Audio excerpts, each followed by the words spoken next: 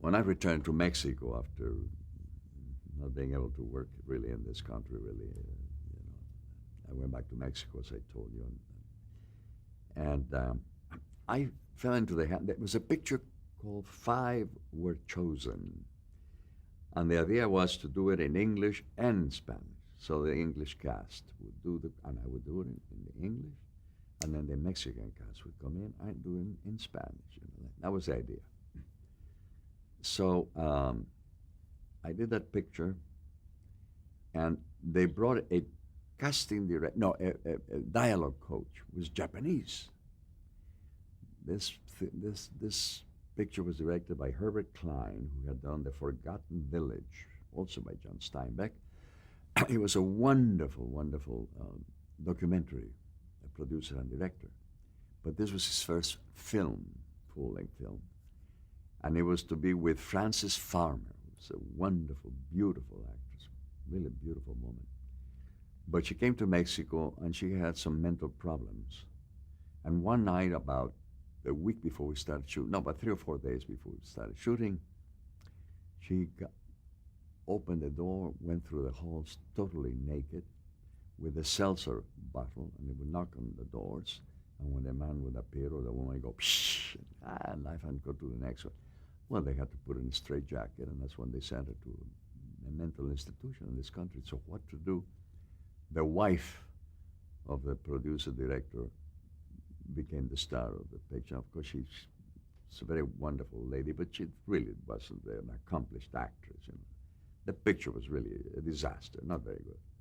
But the dialogue coach, his name was Seki Sano. And Seki Sano was a Japanese who he wanted to bring Japan into a 20th century. And he was from a rich family. And he bought all the instruments for a symphony orchestra. He wanted to introduce symphonic music of the great composers to Japan. And he did. He was a wonderful conductor, good musician. There was an earthquake, I think it was in Yokohama, and the theater where all the instruments were there fell and destroyed all the instruments. Well, he didn't have enough money to buy new instruments, so he gravitated to a theater, and he started doing plays anti-imperialism. And they asked him to stop doing that, and he kept doing it. And one day they came, 3 thugs, and they beat him and left him for dead in a ravine.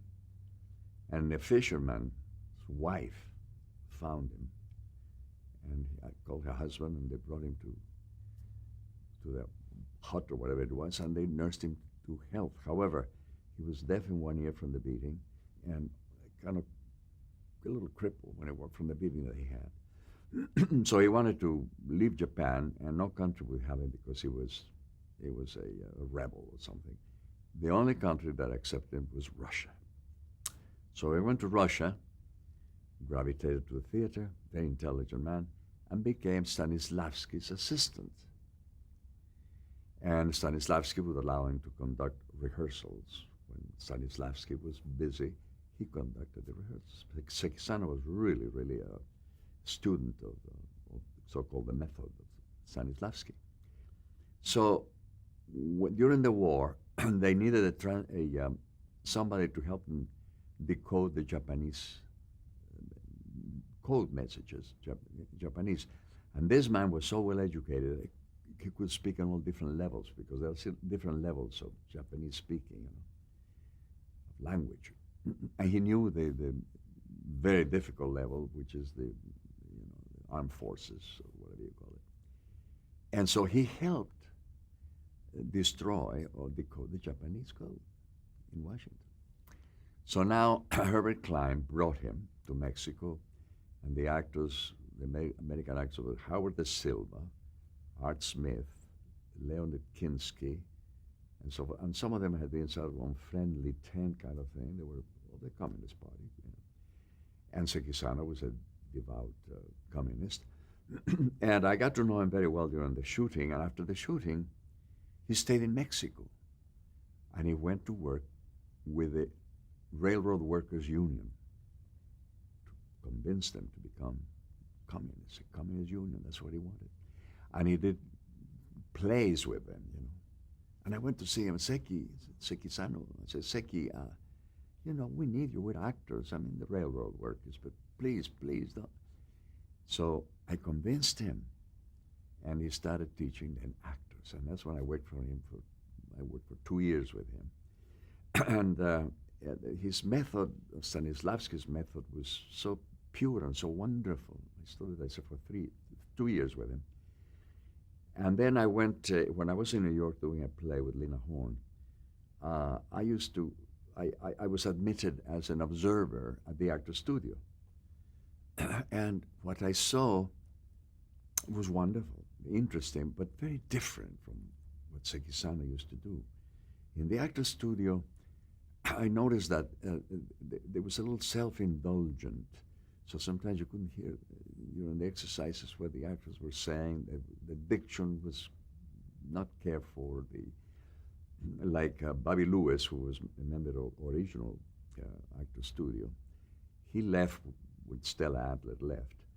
And Bobby Lewis said that every performance should have thec, T-H-E-C, thec, should have humor, no, it should have truth, truth, humor, energy, and clarity. Very important, see. And so in the actor studio, maybe later they did, but during this exercises, and also I noticed a thing about using but Seki Sano was just the opposite. It was, don't use anybody, give to somebody. Because it's in giving that you receive. Give, you know. Don't try to steal a scene, because if you steal a scene, there's no scene. It's been stolen. Contribute to the scene. Give. That was a constant message that he gave. Truth, you know. I benefited a great deal from him. His teachings have dictated my career from the beginning.